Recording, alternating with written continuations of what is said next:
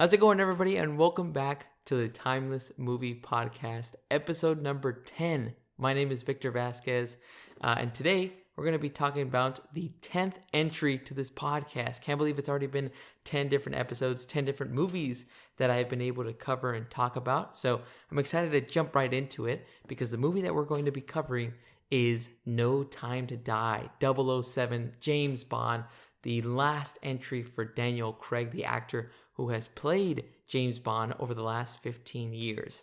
Just to give a little intro in regards to what this podcast is for anybody new that's listening. If this is really your first time listening to this podcast, thank you so much for coming in and listening. Hopefully it's at least some type of good content that you want to continue listening to. And if so, make sure to hit the subscribe button. But what this podcast really is just, a good outlet for me to talk about any new movies that have been coming out and me being able to experience those in theaters. I know that the pandemic has still been hitting really hard against all the different types of countries, no matter where you live. But here in the U.S., it's actually opened up a little bit more so that we can at least go see movies at theaters as well. And so it actually started back in May. And then what I do is just try to talk about these films, give my overall thoughts in regards to what I thought was really good about the film, not try to spoil too much. Again, I want you guys to experience it fully, and I don't want to spoil any major plot point of it as well. And I'm also not going to critique the movie that much because, again, I'm not really a movie expert. I just really want to give my thoughts on what these movies provided me in regards to entertainment as well. And the number one question, which is really the name of this podcast, is this movie timeless? What is a timeless movie? To me, it's considered a movie that you can watch over and over again. Doesn't matter how many times you've seen it, you can rewatch it, and it just brings you the same exact enjoyment that first time that you saw it as well. So we're going to be talking about No Time to Die and if this movie has the potential to be timeless. Well, I want to start it off again by giving my thoughts on why I wanted to watch this movie in the first place. I'll be honest, I never got into the James Bond movies when they first came out. I don't know why either, because it had all the elements of what I like in films. It has some sweet action scenes, cool gadgets in a few films, and it's about spies. So you know that there's going to be plot twists, different types of double crosses, all this different stuff that you typically see in a spy movie. I also think that most of my life has been revolving around watching superhero movies, and these types of films just really never caught my eye. But in 2019, I ended up watching a film called Knives Out. And that's where one of the stars of the film, Daniel Craig, played Detective Benoit Blanc. Craig did so great in that movie that it made me a fan of his. And so I needed to watch more films where he was really the leading actor in it. And so that's really what kind of pointed me towards the James Bond films.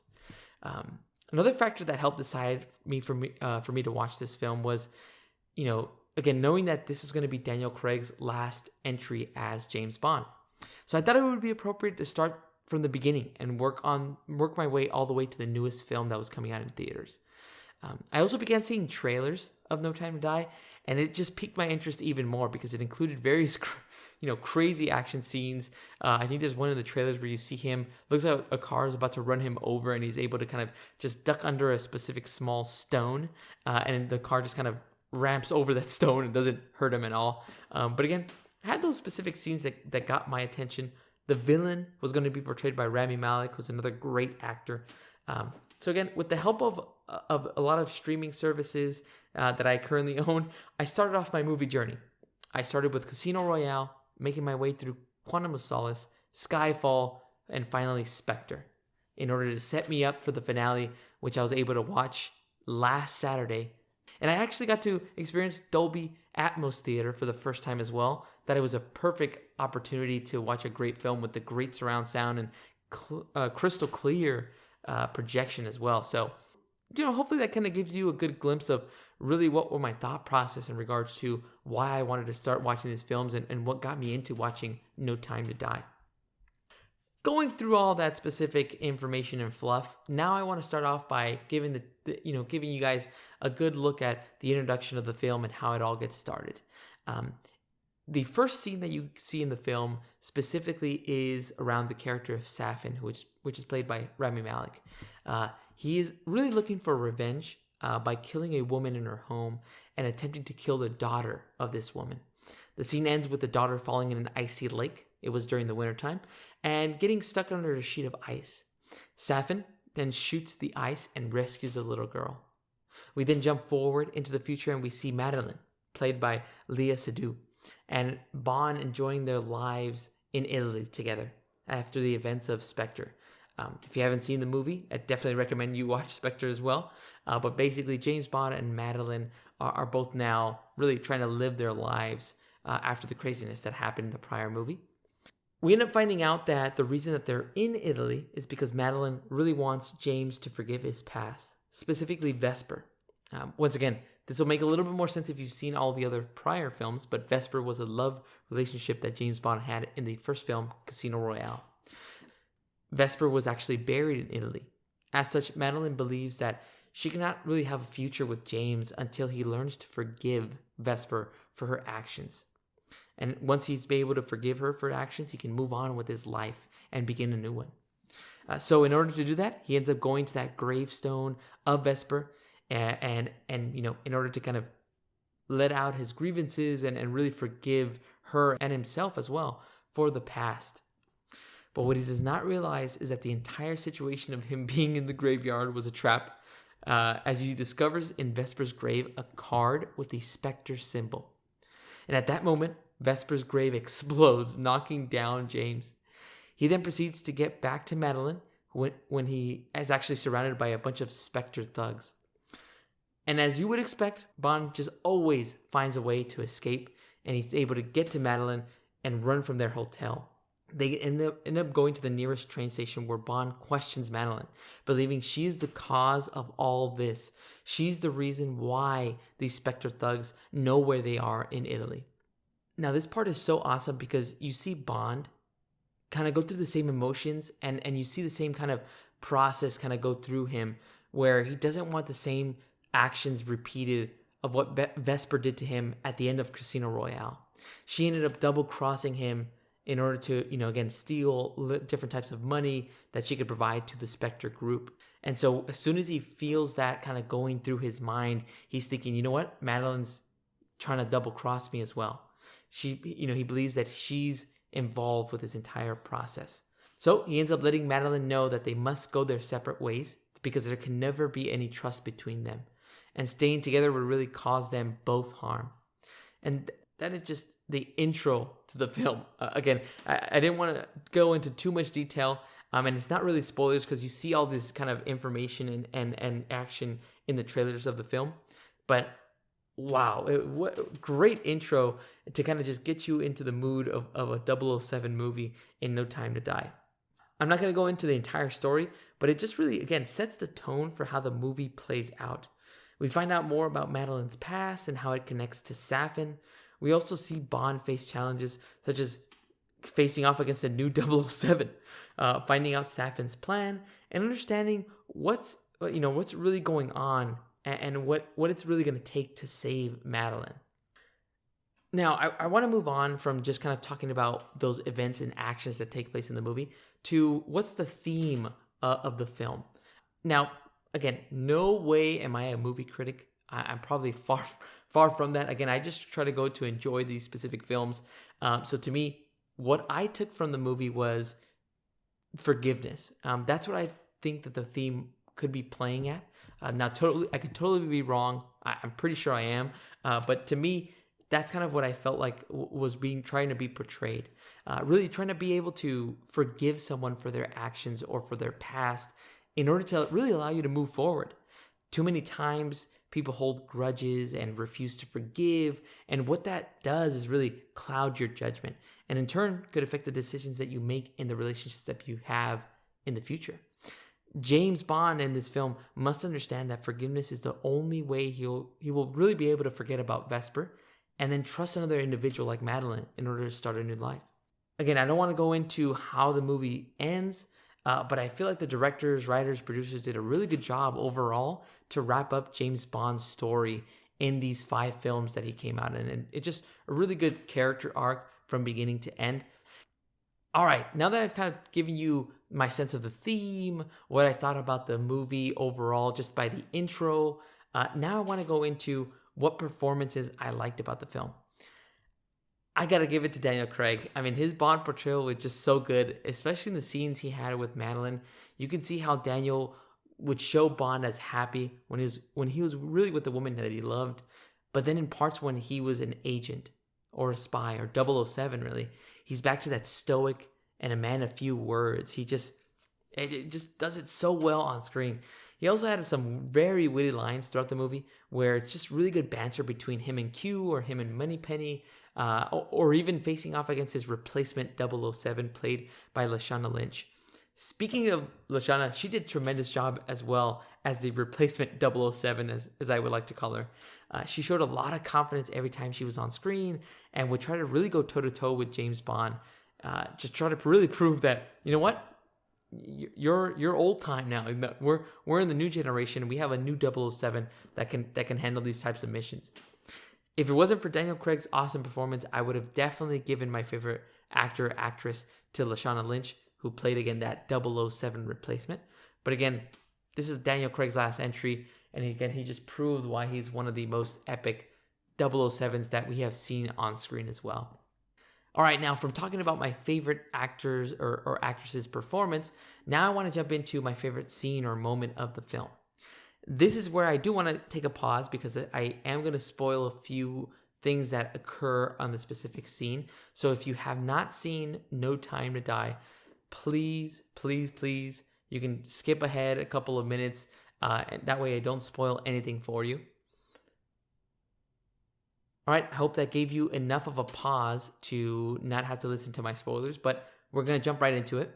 My favorite scene actually happened in the middle of the film.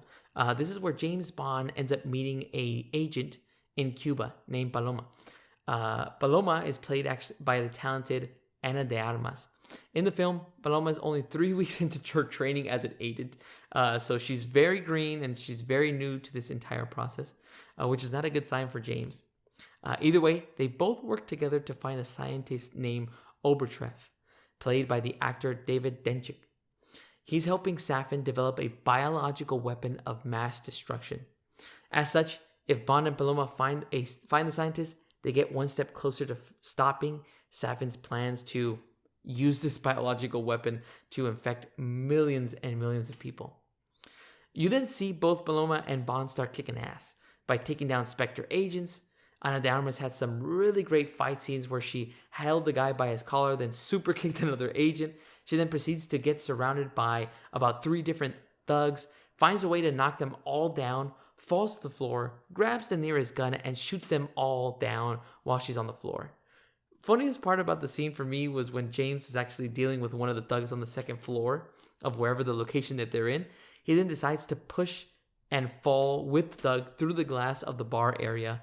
You then see James just pop up like it's nothing, dusts himself off, and he's like, all right, well, moving on to the next guy I got to take out as well. Later on in the scene, after both Paloma and Bond take out most of the thugs and find Obertreff, Bond comments to Paloma, not bad for only finishing training 3 weeks ago, giving Paloma the approval that she is ready for field work. Really exciting scene filled with a lot of action and good choreography.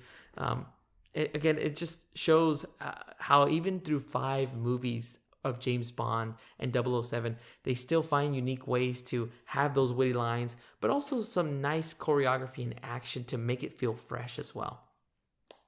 Another one of my favorite moments was the ending of the film. However, I do not want to spoil that for you guys, but if you have not seen it, so definitely go check it out. I thought it was a really good ending and does have some emotional parts to it, so just want to throw that out there for you guys as well. All right, now I'm jumping into the next segment I want to talk about on the podcast, and that's, do I recommend you watch this film? Point blank, 100%, I would definitely recommend this film for anyone that is interested in seeing a story again about a man that has just unrelenting will and to not stop until the duty is done. No Time to Die was also packed with a bunch of great action sequences, so if you're into action films, I highly suggest you check this movie out. Even if you haven't watched all the films for 007, I still recommend you go watch it. My girlfriend only watched Casino Royale and a bits and pieces of other films, and still thought this movie was super enjoyable. She was entertained and she loved the ending as well. So again, highly recommend that if you do have a friend or a family member or a significant other that probably hasn't seen them, all the movies and doesn't really make the connections. Obviously, some things might not make sense, but the story overall is just so good as well. So it'll still keep folks entertained. Right from the intro that I called out at the beginning of this podcast, the movie is just nonstop action, always moving to the next phase and trying to keep the audience on their toes. Overall, I had fun. I think it was even elevated more just because I went to go see it at a Dolby Atmos at AMC. The screen was just so clear and the surround sound was freaking awesome. But again, definitely would recommend watching this one in theaters. And if you have the opportunity to do so, go watch it at Dolby Atmos. It's an awesome experience. All right, now we have come to the final segment in which we will determine, does this movie have the potential to be timeless? Now, No Time to Die definitely has the potential to be a timeless movie. While it still might require you to watch some of the past films in order to really understand, certain characters and connections that might be coming out, the story overall just makes a lot of sense and it really ends with finality. It doesn't give you the feeling of, there's a cliffhanger or, there's might be a possibility for another film. It really just ends with a clear and cut, this is the end of this series for Daniel Craig and this specific James Bond story. Now, is this my favorite Bond of all time? At the moment, I don't think it is. Even though I thought it was really great and I had a lot of fun watching all the action that was occurring on the screen, I still have Skyfall as my favorite Daniel Craig Bond movie. Something about that film it went by so fast. I'm going to throw spoilers out there if you haven't seen it. The death of M, you see him just kind of going through and Javier Bardem as the villain on that specific movie. I just thought it had all the great items that you would want in a film that's timeless. So to me, I actually feel like Skyfall is a little bit more of a timeless movie than No Time to Die. Again, not taking anything away from this film, No Time to Die. It's still an awesome movie. And again, as you heard me say a couple minutes ago, I still recommend you go watch this movie. I just, at the moment, it does have the potential. I just don't consider it timeless for me. Again, that's just my opinion. Now, the film, not taking anything away from it, is still a great time. And you still had so many great, awesome moments that you can experience over and over again. Which again, this is one of the reasons why I think it still has the potential, because it's just the story, you can really just jump into it at any time and still enjoy the bits and pieces that it's really offering you as well. One of the reasons why maybe I wouldn't consider it definitely a timeless movie is probably just the villain. Now, don't get me wrong, Rami Malek did a great job as Safin, but I just wanted him to appear more in the film, actually. I wanted the film to explore his character a little bit, maybe show a little bit more connection between the other characters, and just highlight what the villain really has to do in this film and why he wants to do what he does. I felt like they didn't explore it as much. Now, I could be wrong. Probably if I watch it a second time, I could be way off base. Again, that was just through one viewing that I had. Other than that, I really don't have any other complaints about the movie. It was still awesome. But guys, that was really my thoughts on No Time to Die, Daniel Craig's last entry as James Bond. What did you think? Have you gotten a chance to go see the movie? Really want to hear from you. So definitely put your comments down below so that way we can interact and discuss. I want to hear, what were your favorite scenes? Who was your favorite actor or actress? Do you consider this movie timeless, or does it not really rank up with the other James Bond films as well? Want to hear all that kind of stuff, guys. Put it down in the comments below. All right, awesome. Well, thanks so much, guys. Again, I appreciate everybody listening and coming in and joining me talking about No Time to Die with James Bond, the 007 movies. We have seen 5 Daniel Craig films. That was his last one. So now you know that the next steps are going to be to find a new James Bond. My name has been Victor Vasquez. This has been episode 10 of the Timeless Movie Podcast. Again, thank you so much, guys, for listening. And make sure to check out next week's episode where we're going to be talking about Halloween Kills. All right, guys, have a great rest of your week. Thanks.